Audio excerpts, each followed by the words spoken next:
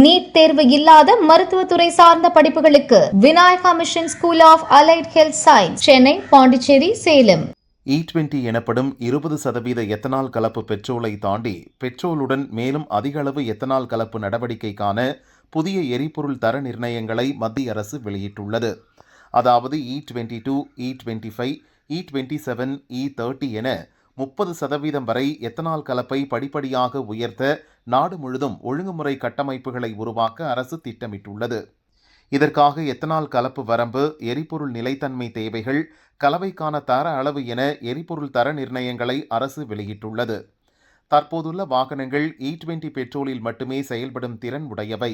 எனவே புதிய தர நிர்ணயங்களுக்கு ஏற்ப வாகனங்களை சோதனை செய்து மேம்பாடுகளை மேற்கொள்ள வாகன உற்பத்தி நிறுவனங்களுக்கு வாய்ப்பளிக்கப்படும்.